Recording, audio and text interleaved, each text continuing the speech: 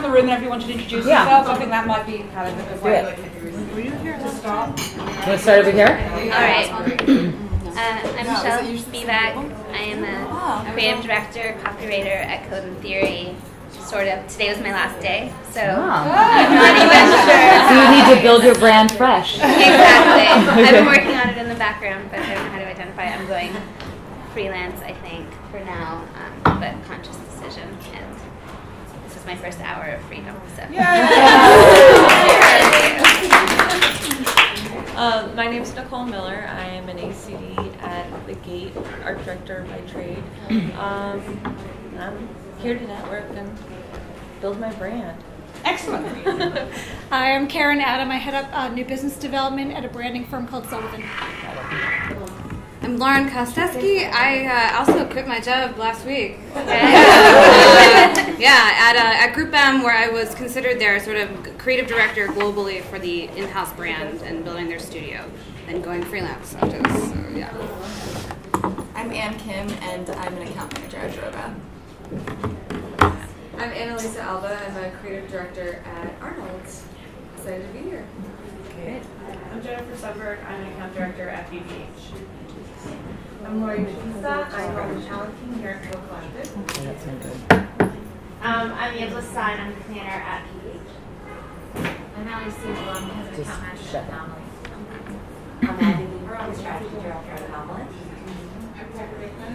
I'm a freelance partner for 4 years. Thank you. I'm Renee Hyde. I'm an account director at Anomaly. And I'm Tova Feinberg, and I'm Director of Project and Creative Management at Anomaly. I'm Heidi Rick. I'm a Group Account Director at Droga 5. Tiffany Rolfe, Chief Doing Officer here at Co. Chris Tardio, Executive Business Coach.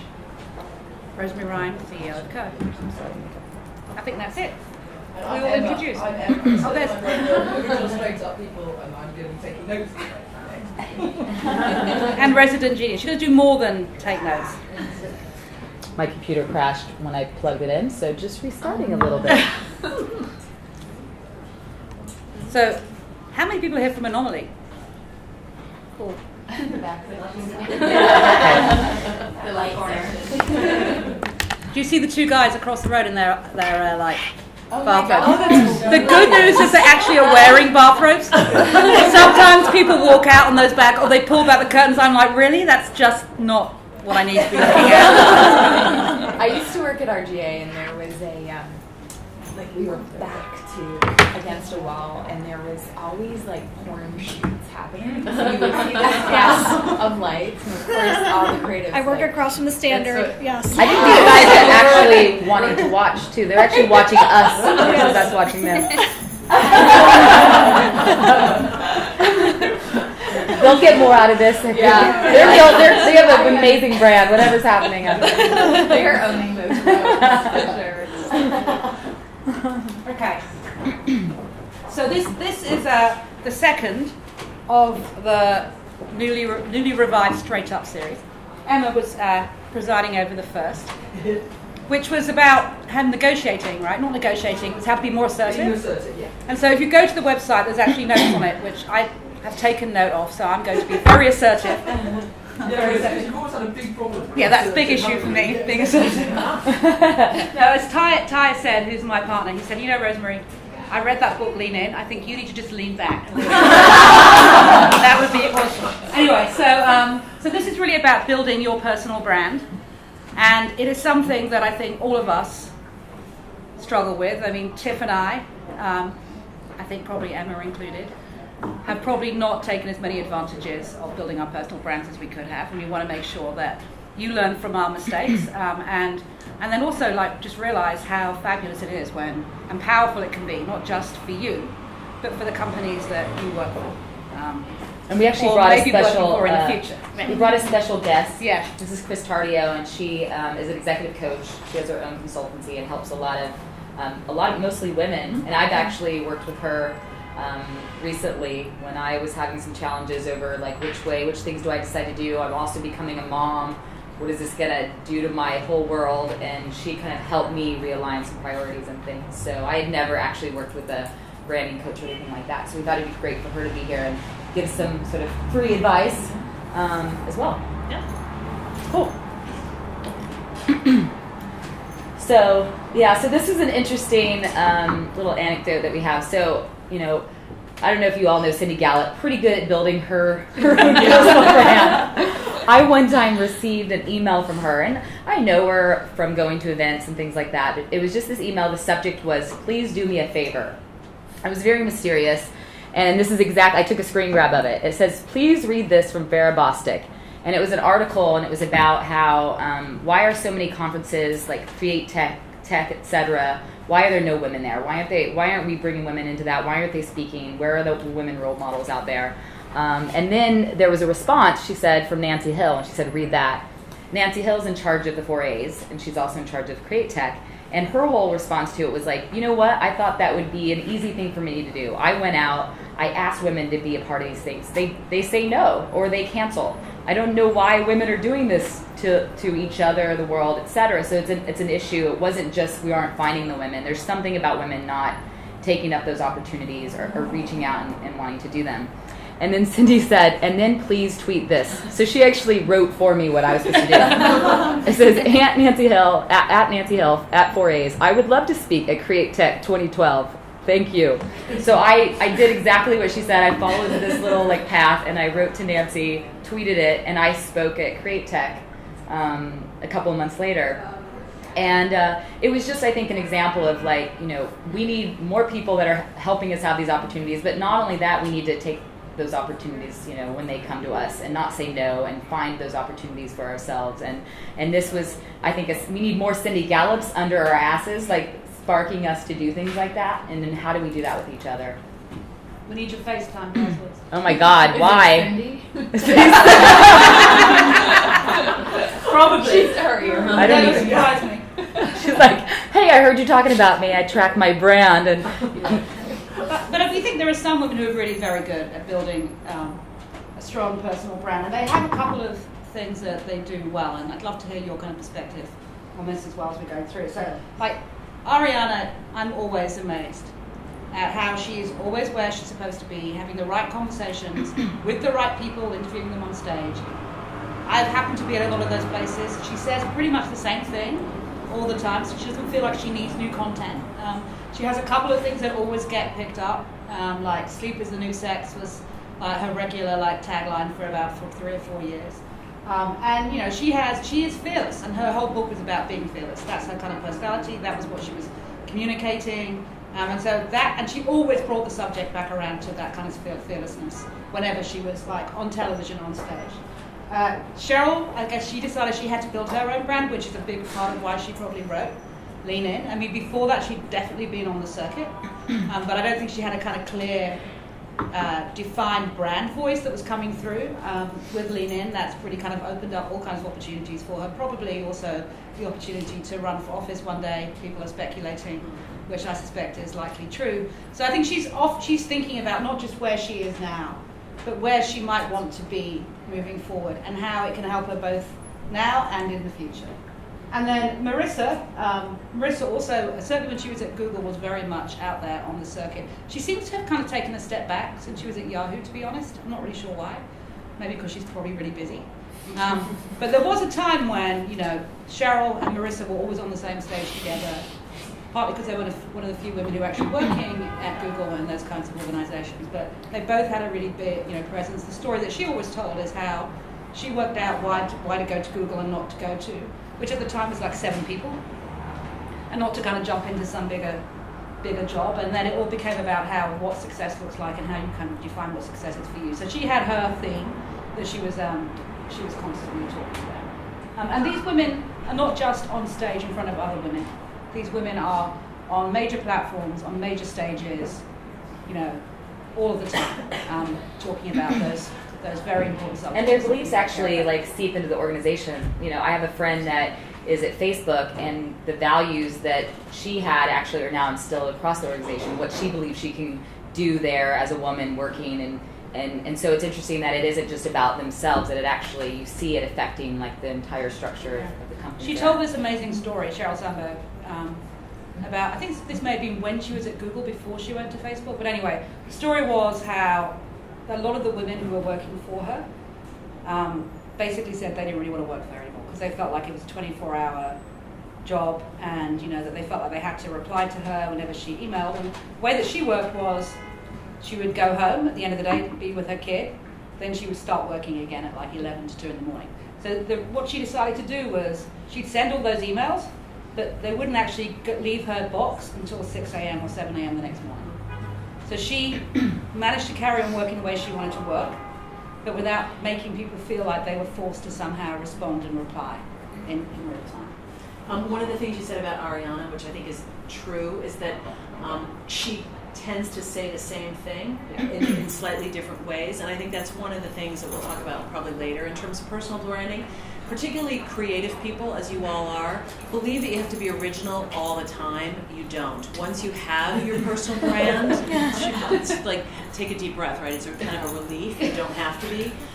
When it comes to your personal brand, it's about actually repeating it and living it over and over again. And I think that's exactly what all these women have done. Just kind of what we tell our clients to do. So there are some myths, I think, that we believe, or we maybe wrongly believe, that prevent us from branding ourselves and focusing on that. So one of the myths is that we don't have time. You hear a lot about it's hard enough to make time for work and family. If anyone wants to add to that. Yeah, I mean, I think that certainly for me that was the biggest, and I'm going to say this excuse that I would use for not engaging in a lot of the things that I was asked to engage in. Like the amount of energy and effort that it would take to not only prepare for that particular engagement, take the time out from the office to go and appear, just felt to me out of proportion with what the reward might be for the company or for myself. And I think that I was mistaken. I mean, that was an excuse. And that actually everyone would have benefited, including me, from doing more of those kinds of things. Myth number 2, we think it's too self-serving. So it feels like maybe it's ego-driven, or that's more about me and not really like work and what matters. And this might be a different thing than maybe how we believe versus how men believe as well. We aren't comfortable with it. So I mean, it's scary. I have to be on stage. I have to talk in front of people. I'm not good at that. So it's just easier. Video, tweeted, all kinds of social media are engaging in this. But it's like anything else. It is something that you get better at the more you do. The more you do it, and more comfortable with, and have more fun with. Yeah. It's probably not terribly fun the first few times.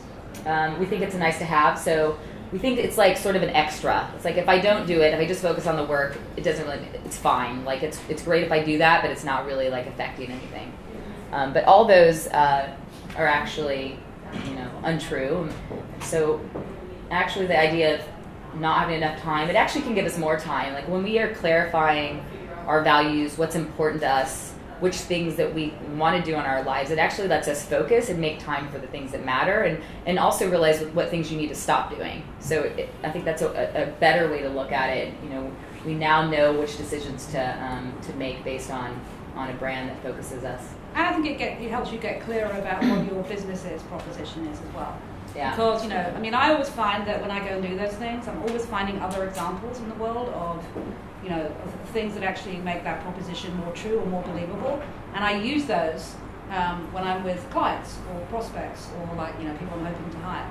So I actually always learn a huge amount by just applying myself to some of those, which really impact my work day in and day out. Yeah. It helps our clients, employees, and us. So there are, if you think it's just ego-driven and it's about yourself, there are opportunities you find for clients there. There are opportunities that, are for talent that you might meet that you want to bring in. So there are actually way more plus sides than the negative side in terms of taking away the time you didn't get to spend on that one project or whatever. Yeah, we're hiring, so this is why we're doing this. And but don't tell. To Rose's point, it gets easier and even fun. And when you do these things, I still, I've actually passed out on stage in front of 3,000 people at Cannes before. The next year, I got back on stage again in front of 3,000 people pregnant. I was like, I don't even know what this introduces. This might be stress and vomiting at the same time. Who knows? But every time I think you do those, you get better at it. It's more fun. You realize something about yourself. It also, I think, helps you really clarify, a point of view that you never really had time to really clarify. So I end up enjoying them. I'm always glad that I do them after they're done, even if it's scary still a little bit each time. Yeah, I mean, I will tell you that I never, so I sign up for it reluctantly, because I know that I need to go ahead and get that done. It always feels like a bad idea. It always feels, and then like 3 days before, I'm like, what was I thinking? I don't have time to do this, and then I have everyone panic around here because we have to get some slides and things put together. And every time I get up on the stage and I do it, I feel great afterwards. And you have this thing that you made, whether it's a video or a speech, you start to collect these points of views over time. And I don't think you ever really do that without having to do something like go to an event, write an article. It's like you now are having a collection of your points of view that you've had over time, and that's a really valuable thing. And the more you have of those, it's easier to put those presentations together. Going back to what you were saying, that it doesn't have to be original. Quite often, the last 4 or 5 times, I have taken parts of what I had to say before and incorporated them into, and you do have to tailor it obviously and make it, right for whoever that audience is. But It's also you get better opportunities the more you do. Yes. Like first, I think I had the first judging thing I ever did when I judged in this weird pool company in Reno, and then we would meet in someone's hotel room, and it was like this thing. I was like, oh my gosh, it's the worst thing ever. But now I, go to Costa Rica to judge somewhere. I mean, you get more and more better opportunities. I think then you get to choose. I think that's the thing too. The more you do, actually, the better the opportunities are, and then you get to make them even more on brand. And I remember that I got asked to appear on like ABC or something to talk about Super Bowl ads. This was 10 years ago. So I arrive at NBC, and of course, that was the time before you could actually see the Super Bowl ads before they came out, so I had no idea what, And I said, well, can you show me the ads? Because if I'm going to be talking, they don't know. We're not going to show you. We're going to have a little clip, and then you just talk about it. I'm like, how am I? And so that was terrifying. It was terrifying. I was there. I couldn't walk out. Otherwise, trust me, I don't think. So I just made some stuff up about Kristen because I knew them. So I said, well, it was from them. It's got to be kind of awesome. They sent me a great pair of sunglasses. They had a guy who was, I can't believe it's not butter, a guy, doing an ad for Prudential or something. So I just made some joke about if he could do for them. And I was just making shit up. It was really hard. But that's the other thing. When you're on panels and stuff, part of what's terrifying is that you don't know quite what. And they always say they're going to have conversations beforehand, and they kind of do, but they don't really. And so there's a fair amount of stuff that is out of your control. And I think that's where you kind of need to know what are some things you want to get communicated about. I learned that from Chris. I was scared. I was like, I don't know the answers to everything, but if you always bring it back to your points and what you want to say and reframe it and know some things that you do want to talk about, it makes it much easier. It's like every politician, right? They have their daily talking points. You can ask them a particular question, and they take that question and they swing it back to what they want to say, and you just do that, and you do it in a more subtle, creative way. But that's exactly what you're doing. You go knowing this is my mission for this event. This is what I'm trying to say. And it's not necessarily a selfish thing either, because you're actually adding the value where you know you can add the value versus making something up that might actually not be valuable. And then the idea of if I don't do anything, it's fine. But actually, if you don't do it, it's already happening. Somebody's doing it for you. People are deciding what your brand is, whether or not you're putting it out there. You're making choices each day, and people are drawing conclusions from that. This is an example which actually could very well have been me.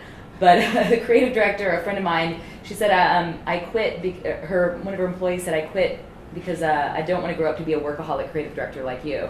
And she was sort of the way she thought people perceived her was oh, she just works hard or cares. But she hadn't really taken the time to go, what do I want people to think about me? And are the decisions I'm making actually inspiring people that want to work for me? And am I reflecting who I think I am? And if you aren't actually deciding that and helping to make decisions based on that, not sending emails from 11 to 2 a.m. every night, then people are starting to conclude that that's who you are, and even then that's not how she saw herself. And one thing just to jump in and say here in terms of the myths on the previous page, these are very much stuff that women deal with that most men don't. Men are asked to speak at a conference, they're thinking to themselves, My wife will deal with the kids, or my personal assistant will deal with whatever I have to deal with. Of course I'm going to go. And I'm so awesome, I'm going to be great. And that's great, right? It's exactly right. They don't think about the kind of time because they know they can delegate writing the speech to somebody. I mean, they just say yes because they understand it's like part of the deal, and getting themselves out there will increase their marketability, and it'll be something that'll get them more money on their next job or a better title. They just are sort of, you know, they're kind of raised that way. And I think as women, we're raised to be team builders, to be collaborators, to be humble, exactly. Whereas guys are like, if I don't do it, somebody else is, might as well be me. So I think we need to, in an authentic way, as women, step into that, lean into that, as Cheryl would say, and take what should be ours. Yeah. I also think that the point you make is really important, that the more you do it, the more you're going to get asked. So the hardest thing is actually kind of getting going. We're coming to that. Yeah. Yeah, okay, sure. How do we get better at it? So there's a few steps. One of them is just to, first assess your brand. How do you think people are perceiving you right now? What are the decisions you're making each day that sort of are affecting that? That's both personally at work. Where are your boundaries? Have you defined them? Is there a style or mannerism that you have and how you like to think about things?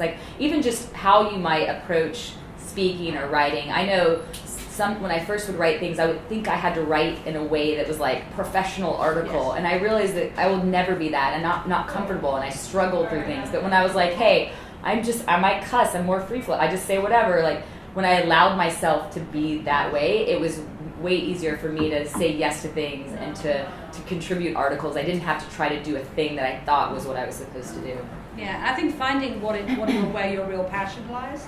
So what is it about work that you love? What motivates you? We're going to get to that next. Oh, shit. This is more about assessment. Okay. Just what are you putting out on social or not? There's some, I think, footprints of what your brand is that already exist, and the ability to also reassess that as a new job happens, a baby happens, how does that change? How is that changing your brand? And be really critical when you do this, when you do your self-assessment, and be really super honest, because you may find that there's stuff out there that you would assume people are saying about you that are maybe not so positive. So this is your opportunity when you now start to actually consciously build your brand to steer that into the new direction. Or you may find that once you actually create a brand for yourself, your footprint out there pretty much is your brand, and you did it without realizing it. You happen to get it right, but it's important that you be really honest with yourself. I have a question on this. How much of that is, I'm sure most of it is self-evaluated, but then... You could ask people. Yeah, sure. I think you do some mini focus groups, Absolutely. Yeah, and just kind of help other people help you sort of evaluate yourself. You could do some anonymous review. Survey. We just had our company reviews, and we do anonymous reviews on the partners here as well. And some honest shit comes out, and you're like, okay, I can't actually argue with that. Yes, I do that. I recognize that in myself, and it's but figuring out ways and finding people you trust too that also kind of will just tell you straight. Yeah. There's probably some tools out there. There was some new tool that someone just sent around, and it's a communication. It assesses your communication style and how best people can communicate with you. Have you guys seen that tool? What is it called? Crystal. Yeah. Crystal. It's an app. It's pretty interesting. It looks at a lot of your social media posts and things, and it comes up with a personality of the way you are and how best people can interact with you and the kinds of emails they should write. So there's just some stuff that exists out there that might be just fun to also do as well. So the way that you guys have described building your brand or asserting your brand is all through speaking engagements? Are there other ways of building your brand? Oh, it's not just speaking engagements at all. Yeah. It's actually how you interact at all times. Yeah. It's the person that you are. It's being who you hire. Do you send emails in the middle of the night or not? So all those things are actually any way that you are interacting with people at work. And then even at home, which choices are you making? Which boundaries are you setting for yourself? I think the speaking thing is just an example of putting yourself out there, but it should affect everything that you do. But I do actually think, though, that the speaking thing is where we're putting emphasis. And the reason for that is women are really crap at it. Because I think we're very good at deciding what to do at work and all of those things. I think we're better at that. Actually getting out there, putting yourself out there, is not something that women are very comfortable with. Yeah. And it is a real, I think, gap in the market. It's holding a lot of people back. And so the focus of this is probably more about that, but you're right. I mean, building your own brand is about many, many more things. So this is an aspect of it. Yeah, I think as well, the putting yourself out there. I mean, like Rose and Tiffany are in very senior positions, and they'd be invited to speak at big events and stuff, but there are not all of you are at that level, and there are sort of other manifestations of that. So you can, in your own company, take an initiative and put yourself out there, like start some kind of event in the agency, in the company, and get them together. So the forum becomes your peers. Or in the public world, you can do something that's very quite fun and light-hearted, but still puts yourself out there in a relevant way. So then the principle still applies, but women are bad at doing that. Like, I used to run an agency. The people who stepped forward and said, I've got an idea, we should have a group for this, or we should have an initiative for that, or I want to organise this social event, or something like that, typically still would be more likely to be male than female. And those all, it's just the micro the macro. And what's your angle? We're not all going to be speaking at Cannes next year. Right. Like when I first started, I was just out of school. I went to Crispin. There was this, award magazine for students, and I was like, hey, I should maybe write an article or write something around my first job at Crispin, and that maybe people would want. So I pitched a little column in this magazine coming from that angle. I was nobody, but I had an angle, and so they published it, and I had been working for 3 weeks, and that was my first sort of publishing thing. And so I think you can find, if you figure out what your angle is, and there are all kinds of opportunities to put yourself out there, or just have a contribution, and those things build into bigger things. I think it's about keeping your head up. I think women put their head down and just focus on getting the job done. And I think it's about lifting your head up out of the day-to-day to say, what else can I be doing for myself and for the company? So this is decide what you want to be known for, and this is what Rose, I think, started to get into. What do you have to offer others? What unique thing can you bring? What's your sort of angle? What are your values? What really matters to you? What are your passions, things, ideas you love? And what legacy do you want to leave behind? And then this typo there, sorry. Your obituary, which I love. I think, Chris, that's something that you ask people to write. Exactly. I mean, as you think about developing your own personal brand, it's really about what legacy do I want to leave? What do I want my obit to say? I used to walk around, I had to do this for American history, walk around really old grave sites in New Jersey, as I was a teenager in high school. And it's fascinating, right? On a headstone, he was an incredible loyal friend or something. What do you want somebody to say when you leave the company, when you leave your association with that, when you leave the earth? What do you want people to say? And that becomes part of what your personal brand is about. I want to make a difference to women. I want to be a great leader. I want to get to run an advertising agency holding company someday. It certainly can be about setting a particular goal for yourself, but values and purpose are much more about a general statement that you then lead your life to follow. So if you say to yourself, I want to be a mentor to women, and I want to be a leader to women, and I want to be an example for women, then having that as your purpose starts to help you decide what kind of jobs you want to take, what kind of industry you want to work in, who you hire, exactly, what kind of volunteer work you might want to do in your life, how you want to raise your children. It starts to infuse everything about your life once you have a personal brand and a personal mission or purpose. And then I think also owning things that might seem on the surface to be a negative, but you kind of... So, before Tina Fey brought out Bossy Pants, I was to say to people, I'm bossy. And I'm proud of that. And the word bossy is a word that gets used against women all the time. No boy after the age of 5 is called bossy. Only women. And so it's used against them. So I thought, no, I'm actually proud of being bossy. I'm bossy, and here's why that's great, and here's how that's helped. And I think so sometimes, finding a way to express it that fits with your personality. So I'm comfortable saying that. Not everybody would be comfortable saying that. But what is the thing that you want to... taking something that sometimes can be a negative and turning that around into a positive is a good thing. So this is, we've talked a little bit about this, start reaching out, saying yes. What are some of the simple ways? Is it just internally, like, do you start to volunteer on a team or a brainstorm session or whatever? Like, how do you start to like do some of those things? Networking events, start to, you know, contribute articles or participating as speakers. I mean, there's all different ways from, you know, easy ways, simple ways in, and then those start to build on themselves. I mean, journalists all have a Rolodex of people that they call. So once you've been, like, you know, quoted on a topic 2 or 3 times, you will then fall into that Rolodex, and they'll go, oh, she has a point of view on that, and then you'll get called on that, and that thing just grows and grows and grows and grows. So again, decide what it is you're really interested in, and once you start making, and by the way, every newspaper, not every newspaper even, most magazines, Inc., Forbes, Fortune, most of their articles are not written by journalists. Most of their articles are written by people like us.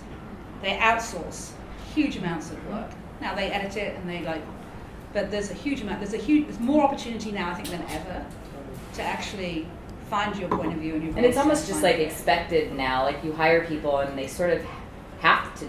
That's part of it. Like, the job. It's not even, again, like that nice to have. Like, if you're not out there putting things out there, it's just a missed opportunity.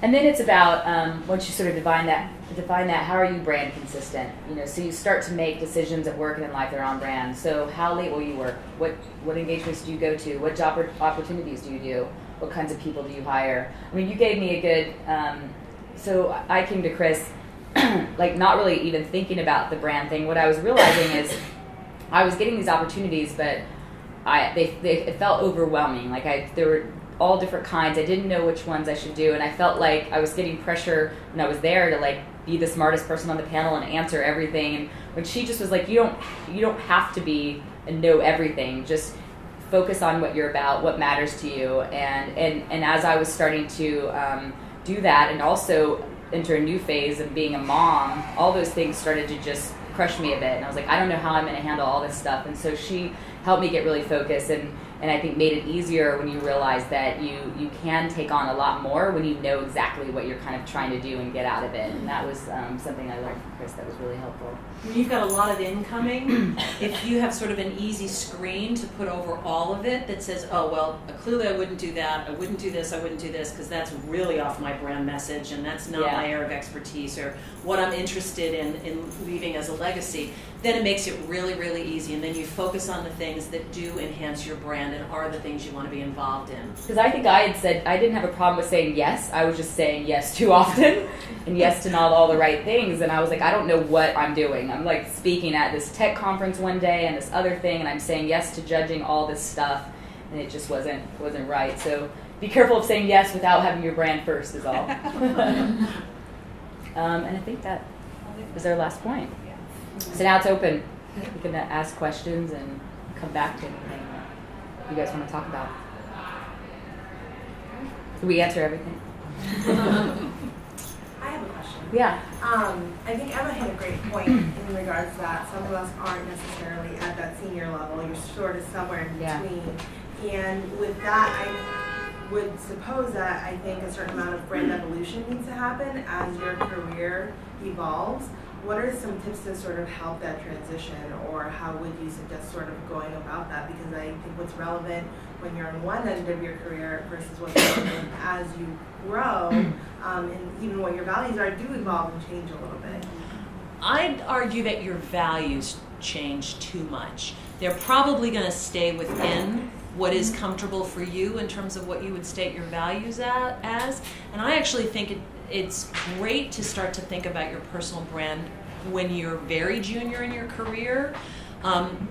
It's not something that should change. It's actually something that provides a spotlight for you and kind of the road signs moving forward, if you know what I mean, in terms of how you assess job opportunities, how you assess what kind of teams you want to work with at your office. If you're a manager and you're building a team, what kind of leader do you want to be as you choose a team? So it actually infuses all the decisions that you make, even as you're growing within an organization.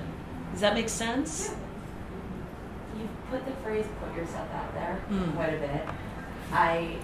It makes it seem as though it takes to kind of publish or perish approach, that putting yourself out there takes the form of publishing, usually socially or at a conference. Would you say that that's the way to do it, or that there's kind of a medium? I think there's internal as well. Like even just in where you work. Like maybe you never do anything to start like outside, but just like, are you the one that raises your hand when there's a project that comes up that's interesting to you? Like, do you go and find, if there's another group, another, discipline within where you work that you're interested in, do you offer to like help or meet with them to understand what they do? And so you can put yourself out there, I think, at a lot of different levels, and it doesn't necessarily mean you have to become like a #1 blogger on, wherever, Huffington Post. Right. So I think that's sort of... that's right. But I think when the opportunities do come up, I guess what we're saying is be open to them. Right. Because I feel like, I think a lot of women aren't. Or they say, well, I'd like to do that, but there's a lots of but. I think we need to really question whether those are real excuses, whether they're, real issues, or whether we're making them up. Also be conscious, particularly in the social world that you all live in. I have a client who was just vetted by the White House, and they go back and they read every single thing that has ever been written about you on the web and everything you've ever put out there. And I mean everything. I mean, they found stuff that this woman was just astounded. She'd forgotten that she'd ever written it or that anybody had ever written it about her. So just be conscious that you live in a world now where it's out there and it's out there forever. And if somebody wants to dig hard enough and find it, they'll find it. So be very conscious as you're out there building a brand that your message is consistent and that you're... Luckily, part of mine is never working at the White House. I'm sure they don't want She's actually a really creative person. I mean, she'd fit in this room without any problem, and it's a really interesting thing she's going to be doing for them. Yeah. But and it's true. I mean, almost now more than ever, like deciding what your brand's going to be and what you put out there on a day-to-day basis, even just personally, is doing it for you. It's an automated engine happening right now. Well, that was one question I had. Is like, it is a different time where everything you put out there is so permanent, and so I think one inhibiting kind of factor is worrying that maybe I'm going to live to regret this, and it's going to be part of my search results. Yep. And I think that prevents people from being more creative and sort of adventurous. And they publish and creatively express themselves. this person wrote a New York Times editorial about the First Lady. And it wasn't all complimentary. So, you know what I mean? But it was authentic to who she was and to the mission that she feels she has in the world and how she wants to affect change. So clearly, when, this is a very specific situation, but when they were vetting her, other people would have looked at that as a negative. They didn't, because that's why they want her, is that she's real, she's authentic, she speaks her mind, she's honest, and she didn't do it in any kind of nasty way or personal way. She did it because she recognized something that the First Lady should have done or could have done better, and she put it out there. So I think, to me, it's about being authentic and doing it for the right reasons. And then a lot can be explained in a really good way. You just made a really good point that it's not only about putting yourself out there and representing yourself in the right way, but also then the context begins to shift around you. So that the right opportunities, the right people, the right, surroundings seek you out. Yeah. That, I think, is a really strong benefit of building a personal brand. Yeah. And it starts on one-on-one meetings. Yeah. And it really does. It's about how you interact within your organization, within your company, and what people respect about you. What's the shining light they see within you? What's the are you curious? What do you stand for? Why are you here? Why'd you come to work today? Right? What's the contribution you wanted to make? And when that's seen as a really positive thing, the light will start to shine on you, and you will get asked to speak at things, and you will get asked to judge things, and you will get asked to write opinion pieces and things like that. So it starts small, and keep with it, and it really grows. So that comes back to defining your own brand, right? Absolutely. And what's authentic to you. So And knowing that first. how did you find your angle or define your brand?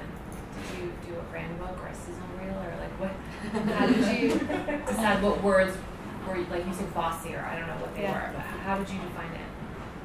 So the way that I did it was, I was often interviewed for things, and I would get the interview questions beforehand, and I'd have to actually do some introspection because I wasn't really thinking about it. I had to really think hard about, okay, exactly why am I doing this? What is my leadership style? What is important to me? So I just spent a lot of time really asking myself those questions and then looking for examples that made that true, as opposed to it's something I wanted to believe, right? So what are the examples of things that I do or exhibits that traits that I exhibit that make that thing true about me? And trying to find ones that were human, that were real, as opposed to because quite often the kinds of questions you get asked, there are very very like off-the-cuff remarks you can make that just feel empty, meaningless. So trying to find something that was actually authentic to me, that I could reference an example for, was kind of how I started to do it. For me, it was almost like I didn't do it for a long time. I kind of let it happen to me, so I sort of learned that way. And I realized I was always like, when I was at Crispin, I would be the one that was like, she sleeps under her desk, she's one of the guys. There was always this stuff sort of attributed to me. And in some ways it was like cool, but then I was like, wait a minute, I don't know that I always want to be that person. And I had to quit to actually, the only way I can change my brand at this point is if I quit, And I was like, I want to be a mom and have a life too. And so it wasn't until I actually did that. But the one thing I did do right maybe is that I took risks and I actually said yes to everything. So there's the way I approached it. I learned and did some things right. But in terms of what really was important to me and what mattered, it took me letting organically become this thing before I realized maybe I should reassess this. And it wasn't until I moved across country, changed jobs, had a baby, or about to, and said, hey, can you help me? I need to get this back on track. And now that I'm doing this new phase, I want to be thought of a little bit differently. And maybe I still have a little bit of that, and there's some stuff I wanted to keep. I did like being sort of the passionate, intense, hardworking person, but I also have this other side, and how can I make sure people don't think they have to be like that just because I want to be like that too? So those are the things I sort of had to realize, and I didn't even realize that I could define my own brand. I was kind of just letting it happen. And I was one of the people who said no more than I said yes. I sleep in my bed way more often. I think I said no more than I said yes for a long time, because I was fearful that I would say something stupid, inappropriate, be dumb, all of those things. I said no more than I said yes, and then I realized that actually that was hurting my business as much as, and not this business, but when I was at Kirschenbaum at JWT, that was part of the job. That was a huge expectation, and that I needed to kind of step up, and it was really uncomfortable. What clicked for you that made you change? Was there a life event where you're like, oh, I have to change now? I don't know that it was a life event so much. I think I was forced. First of all, I had a PR person who would kick my ass every day, and she was relentless. She's like, I've got this thing for you, and I would always have an excuse and a reason. She's like, no, it's happening in 2 hours. I have the makeup artist coming in. You've got to just do it. So she actually forced me, and then I started to enjoy it and to find my voice. Finding my voice. Once I found my voice, and I think you actually said that. Once I found my voice, and it wasn't, being overly professional or trying to be too cute. Once I found my voice, it got much easier. But it took time and it took practice. It's interesting being forced into it. I think for some people, it's like them finding their brand within work, and other people them finding their brand personally. And for me, it was probably personally. That was the part. I'd done great at work and made it far, but personally, I hadn't really sorted that out, and I was letting it sort of be the side effect of whatever sort of work did. I mean, Piper was I scared away Piper as my partner. She worked with me for 2 months and then got the hell out of there. It was also Boulder. Boulder. Part of my brand was associated with Boulder at the time, which is also a whole other. The midnight, the 2 a.m. and 4 a.m. emails from you were a bit on. So, but I think I figured it out a little bit better now. We just we cut off any email coming in from Tiffany after 11 o'clock. It's weird, my email shuts down after that 8. Never works. Did you say yes more when you had your own business, because you feel the responsibility of all the people that work for you, and that you have to be more of a face and voice for I started saying more when I was actually running business for JWT. Interesting. I didn't have to do it at Kirschenbaum because Rich and John wanted to be on stage all the time. And in fact, they didn't like anyone else being on the stage. But when I was at JWT, it was absolutely like that was the expectation. You looked at it as basically your contribution Part of my job. to new business, Yeah, essentially. exactly. Part of my job. And also, we were trying to turn that thing around. Mm-hmm. So people need to see a different face. They needed to hear a different story out there. and they'd hired me to do that. So that was my job. So that's why. But finding your own voice, I think, is as much. That's what makes it easier and more comfortable too. Is you're like, oh, I don't have to try to be this thing. I can just be myself and match that with the right things. You know. Is there anything for those things overlap quite a lot? You know the thing about when you're assessing your brand? I had a friend recently who sent me a questionnaire, which was working with a coach, which was like, it's just a series of questions. What do you think my strengths are? What do you think I'm particularly good in the situation? Or blah, blah, blah.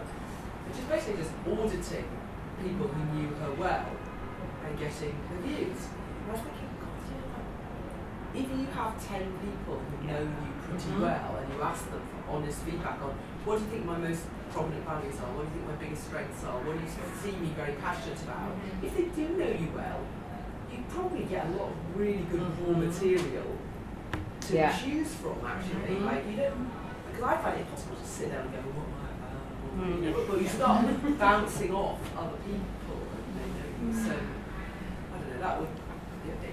If I was to get my act together, I think I might. What were you going to say, Parker? That was a bit of an answer. I was going to say, for whatever reason, if you might have a life event, you might have a job change, or you might have something that actually, maybe you thought you had a brand, or you did have a brand, but it kind of rocks into the core. Yeah. And when you're in that fumbling stage of trying to figure it out again, you still got to fake the funk because you got to pay the bills. How do you, if your brand is in a midlife crisis, how do you keep going and soldier up another one, but your brand is not something that you sort of paint on because you think it's the right brand for you to have now, given the fact you're a, creative director at an agency. It's something that really comes from an inside place.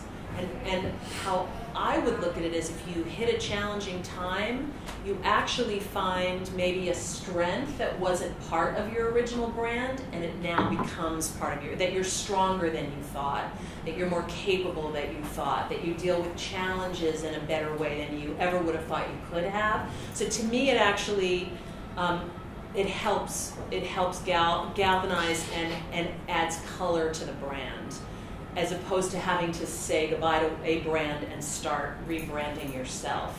Does that make sense? And just to build on that, like when you're talking about assessing your brand and like you realize that maybe you don't want to be that person that they said they don't want to grow up to be, like how do you kind of take that, maybe if it's a left-hand turn or you just kind of really want to pivot out to another direction, kind of what are kind of the best ways to do that?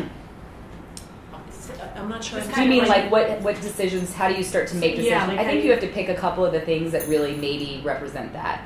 Like I think to use the example of the email thing, if that's one of the things, is it asking people? You would never think twice about asking someone to work on the weekend, or you even deciding those decisions. I think you just have to start with a couple of things that you can start to affect.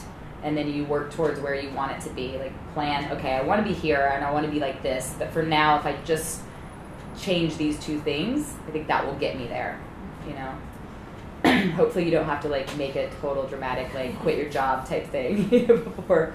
I think there are ways to get there.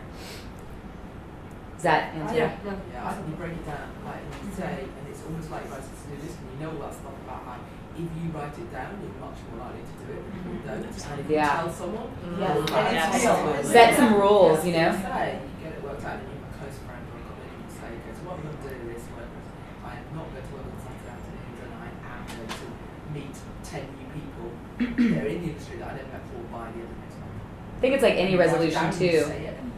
Right. It's like make them achievable too. What are some simple ways that you can have some wins that are some of the easier ones that you can do to like kind of get you there.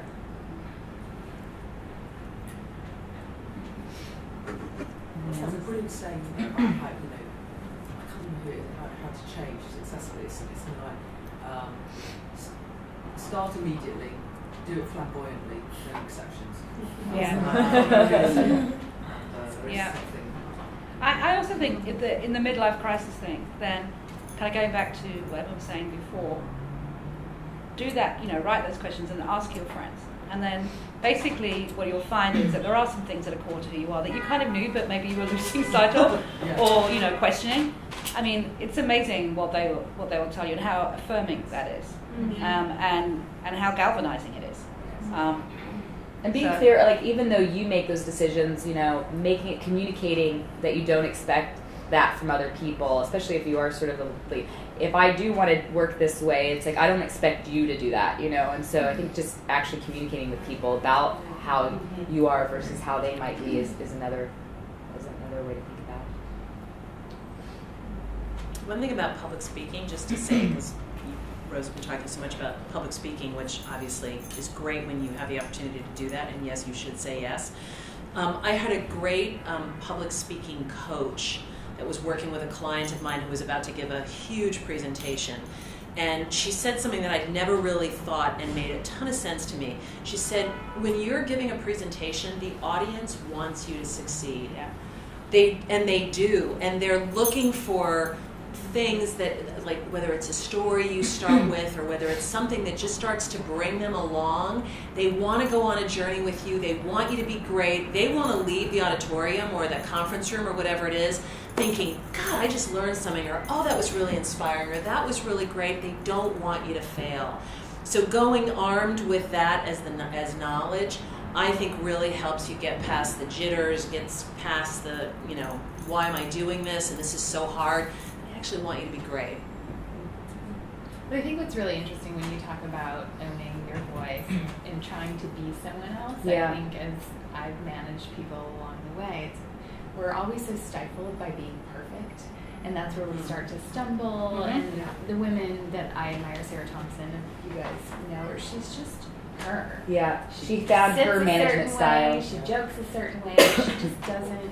She's not affected and stifled by perfection. And I think that's something I've learned along the way, which I think is really and that's really inspiring for important. people that work for you too, because then you go, oh, she didn't have to be this way. She could be herself, and now I can be myself. Completely. And it took me a long time to really realize that, and now it's crystal clear. I also think it's a really female thing again. Yes. Don't think guys walk in every day thinking, how can I be perfect today? But I think as women we do. We're pleasers generally, and most guys don't carry that kind of burden around with them. They just get on with it. Right. Nor do they obsess about any mishaps. Right. Was that interpreted correctly? And do they like me? And they're just not getting involved in that kind of stuff, right? They're like, okay, where am I going? I thought that was one of the helpful things you said last time, Emma, about being assertive. You were like, don't fake it. Don't be like faux assertive in a way that's not natural to you, because it just always shines through. Yeah, I realised when we were doing assertive, actually it was the wrong word. Because assertive and polite, the thing you're really looking for is being self-assured. Like, what you need to project is, I know what I'm about, and I've got this. And then people like that. And actually assertive is just one way to do that. Like, Sarah Thompson is not assertive. Like, she's clear, and she's confident, and she's at ease, but actually she's not assertive. Rose is assertive. So there are different modes to be. The end point is actually just. Ali, you're not an assertive person, but you've got a kind of cool, serene confidence. So I'm just picking up people I know. Like, there are different ways to just have, to be like, oh yeah, got that person. You have to find your way. You can do it in a light way, intense way, a quiet way, a loud way. I mean, it goes back to when we were as kids, right? I mean, if you think about how we were on the playground, you are that same person, and this is your playground. I mean, it's really, I remember Rose saying, I was bossy since I was 6 years old. I feel the same way. Like, I've not really changed since the day that I was born. It's manifesting itself in ways. I think for the certain people, obviously, I feel like in all female groups, often the people are not characterised themselves as bossy or like assertive, that find this. But no, for people who are, like, that actually we are quite impressed and intimidated by those of you that have cool, serene restraint. It's true. Honestly, I'm like, how can they like? Seriously, like Ali has thinking. No, seriously, like, and Ali's probably not like, oh, God, that's so nice. But there is a power in these different modes and just own your mode. But if you, it's so transparent when someone's trying to be in a mode that is not their mode. Yes. Totally right. You can't do. I can't do cool, restrained, and like kind of. Not for more than 10 minutes. I was supposed to take notes. I'm laughing. It's both ways. Like, and I really feel like I see that all the time. With you don't need to be. Look at the leaders you see nowadays. The guys, you've got like nerdy ones, that's cool, and then you've got the charisma guys, and then you've got the slick guys, and then you've got the really nasty aggressive, and then you've got the very collegiate ones. You can find a Fortune 50 CEO in all those modes. Yeah. It's almost like the consistency is what leads to your reputation, your brand. Like you evaluate your reputation, your brand, and it kind of like leads to that. I have a question on that. So I'm wondering, like, how much do you, I mean, consistency is important, but you may want to, depending on who you interact with, like whether it's work, whether it's family, whether it's friends, community, like you may want to have a nuanced sort of brand image depending on who you're interacting with. How much of that is consistency and how much of it, I mean, how do you guys think about that? I think it's authenticity more than consistency. Okay. I think it's message consistency. Message consistency. When you're speaking publicly, you don't have to be original all the time. It's about message consistency. But I think that's, in terms of your brand, I think you're exactly right. Isn't there also brand relativity though? Like sometimes people work in pairs. Maybe you've talked about yourself as a pair with another creative, or you have a pair as well. Sometimes you find that your brand comes out when either in the context of a particular agency or place, or even person. Could that be a way to develop your own brand? I'm not sure I understand the question. Yeah, I understand. Do you? Okay. How does it change or whatever? How does it change? So I would say that Ty and I are a brand together. I would say that I'm my own brand, he's his own brand, but we also have a Ty and Rose brand. It's fun to watch. Oh yeah, awesome. That's really good and really bad, depending on what day. But that is, I think that's been very powerful for us in terms of, because we both have very different modes of being. We're he is much more restrained. He never, ever speaks before he's thought about it. I always speak and think at the same time.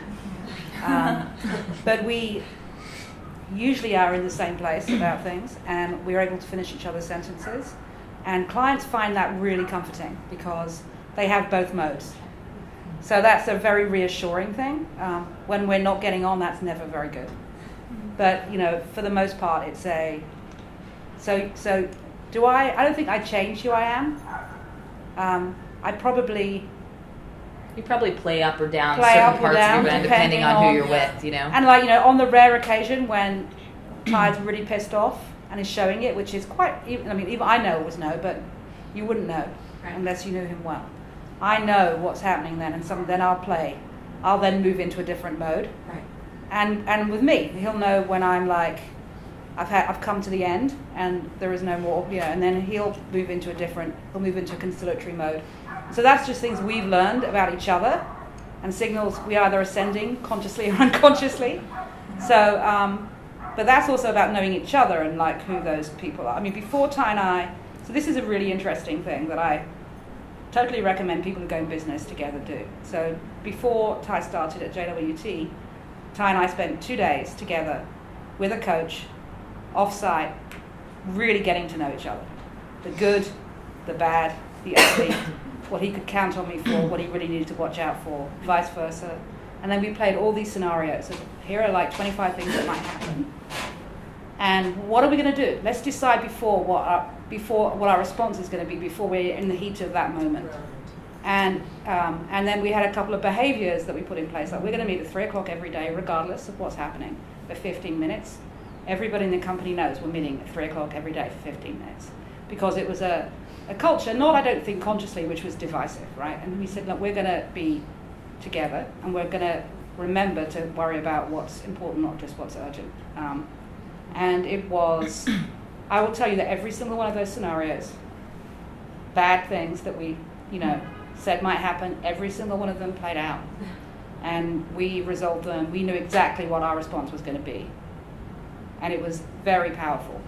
And I think I really do credit it, actually, with helping us turn that agency around and with our success there. And so, I totally advocate, by the way, working with a coach. I have worked with a number of coaches over the years. And it's really hard work if you do it well, if you really apply yourself. But I've always got better and stronger. But that particular thing was starting a company with another person and just doing that scenario playing. And, and again, now, after you work together for a long time, it's like any kind of marriage.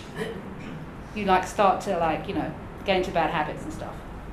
So you also need to Ty and I can have a fight without even saying a word to each other. And it's terrifying. People are like, what is going on? But I know what he's going to say and he knows what I'm going to say, and we're both ready for battle. And we've had to take a step back and remind ourselves of those kind of bad behaviors, because that's what happens when you're in a relationship. You fall into patterns, good ones and not so good ones. But I really recommend doing something like that. And even if you're starting a new role, in a company or moving to a new place, I think it's really worth just taking some time out with someone to do work on yourself, not just, and I'm saying that as a British person. How early is too early to start working with a coach? I'm self-interested here. I thought you were going to ask how early should you start thinking about your personal brand. It's never too early to do that. Certainly I can answer that question. Working with a coach, I think I have people come to me for very different kinds of reasons. Many times it's because they're at a particular moment in their career where they need some clarity. They're thinking about leaving a company, they're thinking about starting a company, they own their business, they're thinking about growing it. There's some significant thing happening in their lives, and they just want somebody basically who's like a confidant that they know is not self-interested, will give them be an objective sounding board for them. And they might be a boss where it's hard for them to get that sort of feedback from people that work for them or something. Absolutely right. I mean, that's true. The higher you go within an organization, with some very senior women here, the air gets very, very thin up there. And there are not a lot of people, certainly within the organization, that don't have their own agendas. So having somebody outside, doesn't have to be a coach, but having somebody outside the organization who can provide some clarity for you, I think is, and that can just be a peer group too. If you've got great close friends who know you well and know your motivations and know what's important to you, and they'll be really honest with you, you don't have to hire somebody to do it from the outside if you've got a great group of people who can do it. And you can do that confidentially. So I mean, like Emma and myself and Anne Bologna and another friend of ours all worked at, sometimes in competing situations, but we are very good friends and we are confidants in that regard. So we go to each other, we have honest conversations about stuff, and it's incredibly liberating. So find those people. Quite hard. Yeah. I don't know. Maybe you don't feel this, but I feel like I've actually got a fairly limited group of people who I feel that trusting. Yeah. And as Rose says, it's peer groups, it's often competitors as much as anything. So when you find them, I'm saying don't let it go. Right. I'm serious. It's so true. It's a really useful, cool thing just to have partly practical, in this situation, what would you do? That's one thing, that's quite useful. I'd say, for Roseanne and Anne, we do a bit of that. It's a much more organic thing, just like that sort of validation of, when you're thinking, I don't know what I'm doing in this situation. Yeah. You say it out loud and you realise these. And then you laugh for a very long time. No, very, very successful. Definitely not. And there's, I always feel like that stuff is really, it's a really thing. So as I said, when you find the one or two that clicks, just make the effort to hold that. And almost quite consciously say, I'd really love it if we were just meeting once a quarter so that we could just talk about stuff. It almost feels a bit cheesy, but and no one marked me away. If someone said that to you, you know, I just love having your view on stuff about where you are at in your work. Will you be up for us just agree that at least, you know, every few couple of months we just have coffee? This is how Straight Up started. Yeah. Exactly, that's literally a group of mates. Yeah. And Anne actually was the one really Anne Bologna, yeah. saying, we always talk about stuff, why don't we do something about it? So it was like, friends of friends, everyone gets together. Okay, let's actually do something and do things about it. Let me give you an insight into, I've never been with the 4 of these ladies who get together as a group. I know 3 of them now. And I can tell you that they talk about their insecurities when they're together. So it's really easy when you're at a point in your career where you're looking up at lots of men and lots of women who are doing things that you'd love to do someday, and you think, God, they're so self-confident and they're so smart and they know all the answers. The fact of the matter is they are absolutely as vulnerable, as scared as everybody at all the other levels within organizations. They've just been down the road enough that they know how to hide it sometimes from themselves. You have to just sort of put a coat of armor on sometimes to walk into a particular kind of meeting with a difficult client or whatever. You just, through doing it, you get the experience. It doesn't mean you're actually less insecure or less vulnerable. I mean, that's the thing in working with really, really senior women that just floors me, is you see them in a professional situation, you think, God, I would love to be like that. And then you get to know them and you realize they're just like me. And it's actually a really, it's such a cool thing to know that, because then you look at everybody and you look at them as a human being and you look at them as a vulnerable person and as an insecure person, and it actually weirdly helps you in your experiences with those people. There is that TEDx talk that I've only watched 5 minutes of course, which I should watch the entire 30 minutes or 20 minutes. But it's by a woman who studied creativity. And she's the kind of leading expert on creativity. And her whole thing is that in order to be truly creative and truly innovative, you need to be really vulnerable. God, that talk is so good. Yeah. And so the most amazing thing she says is that she gets asked by all these corporations to come in and talk about how to be innovative and creative, but can you not talk about that vulnerability thing, please? Because, they're kind of uncomfortable with that. But I think especially in our industry, creativity and innovation comes from putting yourself in a vulnerable place, not knowing the answers, not knowing whether you're going to be able to solve it or not, but being open enough to whatever might come. We should watch that, actually. Brene Brown. Sorry? It's Brene Brown. She's like the short hair. She's got blonde hair. And I watched that I think the day before I quit a couple weeks ago, and I was like, oh my God, this is the right thing to be watching right now. It was like really inspiring. While you're transitioning too. Thank you. What is the book? It's something about how to be vulnerable. She has 3 of them, but I'm happy to. I read it in between. I actually worked not like a coach, but like a therapist. Like coach worked with to help me make the decision to leave my job because my brand was kind of being shaken, and it was making me question my career and what I had done. And then I watched that talk, and I had gone to her and I'd been like, I watched this talk about, and just everything fell into place, and I was like, this is the right thing to do right now, and it all just kind of came together, and it was that talk and coaching that helped me realize It's so great. Somebody once said a great quote, and it's somebody famous, and I unfortunately don't know who it is, but it's, to make an end is to make a beginning. The end is where we start from, and that's really profound when you make big changes in your life, to think about that. It's actually the first day of the rest of your life, and it's really, it's very, very powerful. Congratulations. Thank you.